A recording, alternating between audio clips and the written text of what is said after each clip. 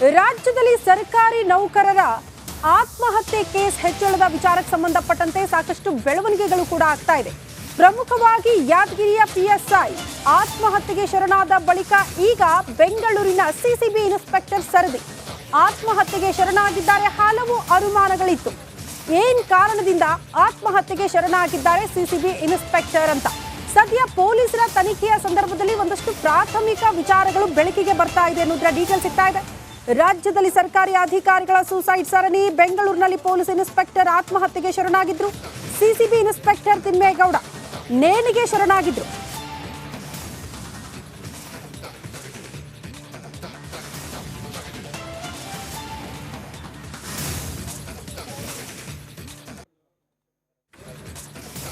CCB ಆರ್ಥಿಕ ಅಪರಾಧ ವಿಭಾಗದ ಇನ್ಸ್ಪೆಕ್ಟರ್ ಬಿಡದಿಯಲ್ಲಿ ಆತ್ಮಹತ್ಯೆ ಮಾಡಿಕೊಂಡಿದ್ರು ತಿಮ್ಮೇಗೌಡ. ರಾತ್ರಿಯೇ ನೇಣಿಗೆ ಶರಣಾಗಿದ್ದಾರೆ ತಿಮ್ಮೇಗೌಡ. ಸಾರ್ವಜನಿಕರ ಮಾಹಿತಿಯ ಮೇರೆಗೆ ಪೊಲೀಸರು ಬಂದು ಪರಿಶೀಲನೆ ಮಾಡಿದ್ದಾರೆ. ಸದ್ಯ ಕಗ್ಲಿಪುರ ಠಾಣೆಯಲ್ಲಿ ಪ್ರಕರಣ ಕೂಡ ದಾಖಲಾಗಿದೆ. ಘಟನಾ ಸ್ಥಳಕ್ಕೆ ಪೊಲೀಸ್ ಅಧಿಕಾರಿಗಳು ಭೇಟಿ ಕೊಟ್ಟಿದ್ದಾರೆ. ಎಫ್ಎಸ್ಎಲ್ ಸಿಬ್ಬಂದಿಯಿಂದಲೂ ಕೂಡ ಸದ್ಯ ಸ್ಥಳ ಮಹಜರಾಗ್ತಾ ಇದೆ ಅನ್ನೋದರ ಡೀಟೇಲ್ ಸಿಗ್ತಾ ಇದೆ. ತಿಮ್ಮೇಗೌಡ ಅವರ ಆತ್ಮಹತ್ಯೆಯ ಸುತ್ತ ಹಲವು ಅನುಮಾನಗಳಿತ್ತು. ಕಾರಣ ಯಾದಗಿರಿಯ ಪಿಎಸ್ಐ ಬಳಿಕ ಬೆಂಗಳೂರಿನ ಸಿಸಿಬಿ ಇನ್ಸ್ಪೆಕ್ಟರ್ ಏನಾಗ್ತಾ ಇದೆ, ಅಧಿಕಾರಿಗಳಿಗೆ ಅನ್ನುವಂಥ ಪ್ರಶ್ನೆ ಇತ್ತು. ಏನಾದರೂ ಒತ್ತಡಕ್ಕೆ ಒಳಗಾಗ್ತಿದ್ದಾರ, ಒತ್ತಡದಿಂದ ಆತ್ಮಹತ್ಯೆನ ಅನ್ನುವಂಥ ಪ್ರಶ್ನೆ ಇತ್ತು. ಬಟ್ ಈಗ ಪೊಲೀಸರ ತನಿಖೆಯ ಸಂದರ್ಭದಲ್ಲಿ ಒಂದಷ್ಟು ಪ್ರಾಥಮಿಕ ಅಂಶಗಳು ಬೆಳಕಿಗೆ ಬರ್ತಾ ಇದೆ. ಕಾರಣ ಏನಿರಬಹುದು ಅನ್ನುವಂತಹ ವಿಚಾರಕ್ಕೆ ಸಂಬಂಧಪಟ್ಟಂತೆ ಪೊಲೀಸರು ಕೂಡ ತನಿಖೆಯನ್ನ ಮುಂದುವರೆಸಿದ್ದಾರೆ. ಬಟ್ ನಿನ್ನೆ ರಾತ್ರಿಯೇ ತಿಮ್ಮೇಗೌಡ ಆತ್ಮಹತ್ಯೆಗೆ ಶರಣಾಗಿದ್ರು. ಅಲ್ಲಿ ಸಾರ್ವಜನಿಕರೇ ಅದನ್ನು ಗಮನಿಸಿ ಪೊಲೀಸರಿಗೆ ಮಾಹಿತಿ ಕೊಟ್ಟರು. ತಕ್ಷಣಕ್ಕೆ ಪೊಲೀಸರು ಅಲರ್ಟ್ ಆದ್ರು, ಬಂದು ಪರಿಶೀಲನೆ ಮಾಡಿದ್ದಾರೆ. ಎಫ್ಎಸ್ಎಲ್ ಟೀಮ್ ಕೂಡ ಸ್ಥಳದಲ್ಲಿ ಬೀಟ್ ಬಿಟ್ಟಿದೆ ಅನ್ನೋದರ ಡೀಟೇಲ್ ಸಿಗ್ತಾ ಇದೆ. ಈ ಬಗ್ಗೆ ಮತ್ತಷ್ಟು ಡೀಟೇಲ್ಸ್ ಅನ್ನ ಕೊಡ್ತಾ ಹೋಗ್ತಾರೆ ನಮ್ಮ ಪ್ರತಿನಿಧಿ ನಾಗರಾಜ್. ನೇರ ಸಂಪರ್ಕದಲ್ಲಿ ಜಾಯಿನ್ ಆಗ್ತಿದ್ದಾರೆ. ನಾಗರಾಜ್, ಯಾದಗಿರಿಯ ಪಿಎಸ್ಐ ಬಳಿಕ ಬೆಂಗಳೂರಿನ ಸಿಸಿಬಿ ಇನ್ಸ್ಪೆಕ್ಟರ್ ಸರದಿ ಏನಾಗ್ತಾ ಇದೆ ಪೊಲೀಸ್ ಇಲಾಖೆಯಲ್ಲಿ ಅನ್ನುವಂಥ ಹಲವು ಅನುಮಾನಗಳಿಗೆ ಕಾರಣ ಆಗಿತ್ತು ಇಷ್ಟೆಲ್ಲ ಬೆಳವಣಿಗೆಗಳು. ಸದ್ಯ ಸ್ಪಾಟ್ ಅಲ್ಲಿ ಏನ್ ಬೆಳವಣಿಗೆ ಆಗ್ತಾ ಇದೆ, ಪೊಲೀಸರ ತನಿಖೆ ವಿಚಾರದಲ್ಲಿ ಏನೆಲ್ಲ ಪ್ರಾಥಮಿಕ ಮಾಹಿತಿ ಸಿಗ್ತಾ ಇದೆ?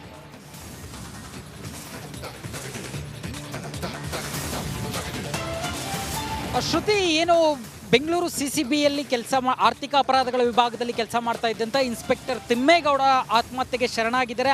ನೇಣು ಬಿಗಿದ ಸ್ಥಿತಿಯಲ್ಲಿ ಅವರ ಶವ ಪತ್ತೆ ಆಗಿರ್ತಕ್ಕಂಥದ್ದು. ಏನು ಕಗ್ಲಿಪುರ ಪೊಲೀಸ್ ಠಾಣಾ ವ್ಯಾಪ್ತಿಯ ತಗಚುಗುಪ್ಪೆಯ ಒಂದು ಪ್ರೈವೇಟ್ ಪ್ರಾಪರ್ಟಿಯಲ್ಲಿ ನೀವು ದೃಶ್ಯಾವಳಿಗಳಲ್ಲಿ ಗಮನಿಸ್ತಾ ಇರ್ಬೋದು. ಈ ಒಂದು ಕಾಂಪೌಂಡ್ ಆದಿಯಲ್ಲಿರ್ತಕ್ಕಂಥ ಈ ಒಂದು ಪ್ರೈವೇಟ್ ಪ್ರಾಪರ್ಟಿಯಲ್ಲಿ ಅವರ ಮೃತದೇಹ ನೇಣು ಬಿಗಿದ ಸ್ಥಿತಿಯಲ್ಲಿ ಪತ್ತೆ ಆಗಿರ್ತಕ್ಕಂಥದ್ದು. ಸದ್ಯಕ್ಕೆ ಈ ಬಗ್ಗೆ ಕಗ್ಲಿಪುರ ಠಾಣೆಯಲ್ಲಿ ಅಸಹಜ ಸಾವು ಬಗ್ಗೆ ವರದಿಯನ್ನು ದಾಖಲಿಸ್ಕೊಳ್ಳೋಕ್ಕೆ ಸಿದ್ಧತೆಯನ್ನು ಮಾಡ್ಕೊಂಡಿರ್ತಕ್ಕಂಥದ್ದು. ಆದರೆ ಇನ್ನು ಏನು ತಿಮ್ಮೇಗೌಡ ಅವರ ಪೋಷಕರು ಮೈಸೂರಿನಲ್ಲಿ ನೆಲೆಸಿದ್ದಾರೆ, ಅವರು ಇನ್ನಷ್ಟೇ ಸ್ಥಳಕ್ಕೆ ಬರಬೇಕಿದೆ. ಅವರು ಬಂದ ಕೂಡಲೇ ಅವರ ಕಣ್ಣೆದುರಲ್ಲೇ ಒಂದು ಮೃತದೇಹವನ್ನು ಒಂದು ನೇಣು ಬಿಗಿದ ಸ್ಥಿತಿಯಿಂದ ತೆಗೆದು ನಂತರ ಮರಣೋತ್ತರ ಪರೀಕ್ಷೆಗೆ ಕಳಿಸುವಂಥದ್ದು. ಆದರೆ ಸದ್ಯಕ್ಕೆ ಲಭ್ಯ ಆಗ್ತಾ ಇರೋ ಮಾಹಿತಿಗಳ ಪ್ರಕಾರ ಇತ್ತೀಚೆಗೆ ಸಿಸಿಬಿಯಲ್ಲಿ ಅವರು ಒಂದು ಕೇಸನ್ನು ನಿರ್ವಹಿಸಿದ್ರು. ಅದರಲ್ಲಿ ತುಂಬ ಯಶಸ್ವಿಯಾಗಿ ಕೆಲಸ ಮಾಡಿದ್ರು. ಆರೋಪಿಯನ್ನು ಬಂಧಿಸಿ ಜೈಲಿಗೆ ಸಹ ಅಟ್ಟಿದ್ರು. ಕೆಲಸದ ಒತ್ತಡದ ಸಂಬಂಧಿಸಿದಂತೆ ಯಾವುದೇ ರೀತಿಯ ಅಲಿಗೇಷನ್ಸ್ ಆಗಲಿ ಅಥವಾ ಅವ್ರಿಗೆ ಒತ್ತಡ ಆಗುವಂಥ ಪರಿಸ್ಥಿತಿ ಯಾವುದೂ ಇಲ್ಲ ಅಂತೇಳಿ ಸಿಸಿಬಿ ಮೂಲಗಳು ಹೇಳ್ತಾ ಇರ್ತಕ್ಕಂಥದ್ದು. ಹಾಗಾದರೆ ತಿಮ್ಮೇಗೌಡ ಅವರು ಏಕಾಏಕಿ ಹೀಗೆ ನೇಣು ಬಿಗಿದ ಸ್ಥಿತಿಯಲ್ಲಿ ಪತ್ತೆ ಆಗೋದಕ್ಕೆ ಕಾರಣ ಏನು ಅನ್ನೋದು ಇನ್ನಷ್ಟೇ ಗೊತ್ತಾಗಬೇಕಾಗಿದೆ. ಅದಲ್ಲದೆ ಇವರ ಇನ್ನು ಕೇಸ್ ಹಿಸ್ಟ್ರಿಯನ್ನು ಮತ್ತು ಅಥವಾ ಇವರ ಒಂದು ವೃತ್ತಿ ಹಿಸ್ಟ್ರಿಯನ್ನು ನೋಡಿದ್ರೆ 1998ರ ಬ್ಯಾಚ್ನ ಅಧಿಕಾರಿಯಾಗಿರ್ತಕ್ಕಂಥ ತಿಮ್ಮೇಗೌಡ ಅವ್ರ ಮೇಲೆ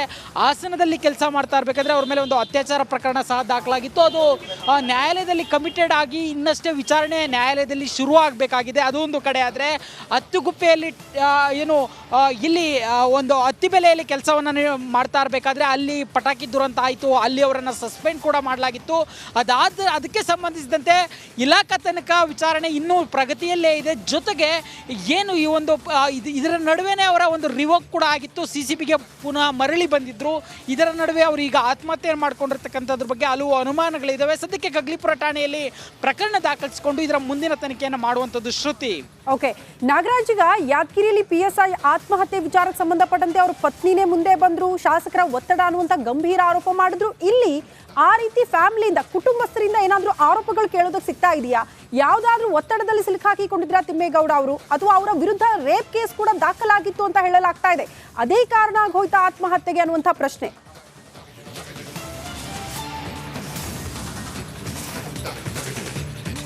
ಖಂಡಿತ ಶ್ರುತಿ, ಅದು ಇನ್ನೂ ಪ್ರಶ್ನೆ ಆಗಿರ್ತಕ್ಕಂಥದ್ದು. ಯಾಕಂತಂದ್ರೆ ಬೆಳಗ್ಗೆ ಇಲ್ಲಿಗೆ ಸಾರ್ವಜನಿಕರು ನೋಡಿ ಕಗ್ಲಿಪುರ ಠಾಣೆ ಪೊಲೀಸರಿಗೆ ಮಾಹಿತಿಯನ್ನು ಕೊಟ್ಟಿರ್ತಕ್ಕಂಥದ್ದು. ಪೊಲೀಸರು ಬಂದು ಸ್ಥಳದಲ್ಲಿ ನೋಡಿದಾಗ ಅವರ ID ಕಾರ್ಡನ್ನು ಗಮನಿಸಿ ಇವರು ಇನ್ಸ್ಪೆಕ್ಟ್ರು CCBಯಲ್ಲಿ ಕೆಲಸ ಮಾಡ್ತಾ ಇದ್ದಾರೆ ಅಂತ ಗೊತ್ತಾಗಿದೆ.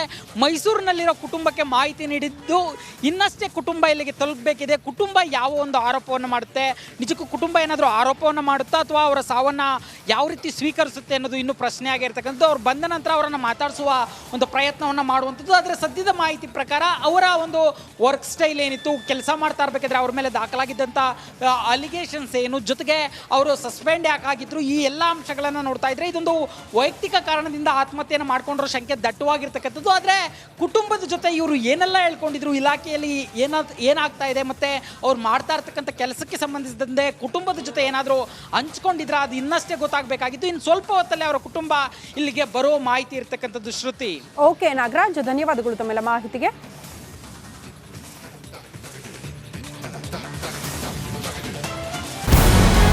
ನಮಸ್ಕಾರ, ಕರ್ನಾಟಕ ಪ್ರೈಮ್ ಟೈಮ್ಗೆ ಸ್ವಾಗತ. ನಾನು ಜಯಪ್ರಕಾಶ್ ಶೆಟ್ಟಿ. ಇಡೀ ಕರ್ನಾಡು ಇವತ್ತು ರೆಬೆಲ್ ಆಗಿ ನಿಂತಿದೆ. ಈ ಹಗರಣಗಳನ್ನು ಸದನದಲ್ಲಿ ಪ್ರಸ್ತಾಪ ಮಾಡಲು ಕೂಡ ಕಾಂಗ್ರೆಸ್ ಹಿಂದೇಟು ಹಾಕಿದ್ದೇಕೆ? ನಿಮ್ಗೆ ಸಂಬಳ ಅದಕ್ಕೆ, ನಿಮಗೆ ವಾಹನ ಅದಕ್ಕೆ, ನಿಮಗೆ ವೆಪನ್ ಅದಕ್ಕೆ, ನೀವು ಅದನ್ನು ಸೆರೆ ಹಿಡಿಬೇಕಾಗಿತ್ತು. ನೀವು ವಿದ್ಯುತ್ ಬರ ಇದೆ ಅಂತ ಹೇಳ್ತಾ ಇದ್ದೀರಿ, ಎಲ್ಲಿ ಬರ ಇದೆ ನೀವು ಹೇಳಬೇಕು. ಪಾಕಿಸ್ತಾನ್ ಆಕ್ಯುಪೈಡ್ ಕಾಶ್ಮೀರ್ ಅದು ಎಂದೆಂದಿಗೂ ನಮ್ಮದು. 40 ಮೆಷಿನ್ಗಳು ತಂದಿತ್ತು ನೋಟ್ ಎಣಿಸುವುದಕ್ಕೆ, ಅದೇ ಹಾಳಾಗಿದೆ. ಮಥುರಾದ ಗಲಾಟೆ ಇದೆಯಲ್ಲ, ಅದು ಸ್ಥಳೀಯವಾಗಿ ಕೂತು ಪರಿಹರಿಸಬಹುದಾದಂಥ ಕಾನೂನಿದೆ. ಗ್ಯಾರಂಟಿ ಯೋಜನೆಯಿಂದ ನಷ್ಟ ಆಗಿದೆ, ಲಾಭ ಆಗಿದೆ, ದಯವಿಟ್ಟು ಹೇಳಿ. Dawood Ibrahim most wanted criminal ಯಾವಾಗಾದ ಅಂದರೆ ಇಲ್ಲಿ ತನಕ ಭಾರತ ದೇಶದಲ್ಲಿ ಓರ್ವ ದಲಿತ ಪ್ರಧಾನಿಯಾದಂಥ ಇತಿಹಾಸವೇ ಇಲ್ಲ. ರಿಪಬ್ಲಿಕ್ ವರ್ಲ್ಡ್ ಆಪ್ ಇದು ಕೇವಲ ಅಪ್ಲಿಕೇಶನ್ ಅಲ್ಲ, ಸಮಗ್ರ ಸುದ್ದಿಗಳ ಸಂಪರ್ಕ ಮಾರ್ಗಕ್ಕೆ ಕ್ರಾಂತಿಕಾರಿ ಬದಲಾವಣೆ. ರಿಪಬ್ಲಿಕ್ ವರ್ಲ್ಡ್ ಆಪ್ ಕೇವಲ ಸುದ್ದಿ ಅಪ್ಲಿಕೇಶನ್ ಅನ್ನ ಪರಿಚಯ ಮಾಡ್ತಾ ಇಲ್ಲ, ಬದಲಾಗಿ ಡಿಜಿಟಲ್ ಸುದ್ದಿ ಬಳಕೆಯ ಹೊಸ ಯುಗಕ್ಕೆ ನಾಂದಿ ಹಾಡ್ತಾ ಇದೆ. ಇದೊಂದು ಬ್ರೇಕಿಂಗ್ ನ್ಯೂಸ್, ಪ್ರಭಾವಶಾಲಿ ಕಾರ್ಯಕ್ರಮಗಳಿಗೆ ಗಟ್ಟಿಯಾದ ವೇದಿಕೆ. ರಿಪಬ್ಲಿಕ್ ವರ್ಲ್ಡ್ ಅಪ್ಲಿಕೇಶನ್ ಈಗ ಲೈವ್ ಆಗಿದೆ. ಗೂಗಲ್ ಪ್ಲೇ ಸ್ಟೋರ್ ಮತ್ತು ಆಪಲ್ ಆಪ್ ಸ್ಟೋರ್ ಎರಡರಲ್ಲೂ ಲಭ್ಯವಿದೆ. ಈಗಲೇ ಡೌನ್ಲೋಡ್ ಮಾಡಿ. ನಮಸ್ಕಾರ, ಕರ್ನಾಟಕ ಪ್ರೈಮ್ ಟೈಮ್ಗೆ ಸ್ವಾಗತ. ನಾನು ಜಯಪ್ರಕಾಶ್ ಶೆಟ್ಟಿ. ಇಡೀ ಕರ್ನಾಡು ಇವತ್ತು ರೆಬೆಲ್ ಆಗಿ ನಿಂತಿದೆ. ಈ ಹಗರಣಗಳನ್ನು ಸದನದಲ್ಲಿ ಪ್ರಸ್ತಾಪ ಮಾಡಲು ಕೂಡ ಕಾಂಗ್ರೆಸ್ ಹಿಂದೇಟು ಹಾಕಿದ್ದೇಕೆ?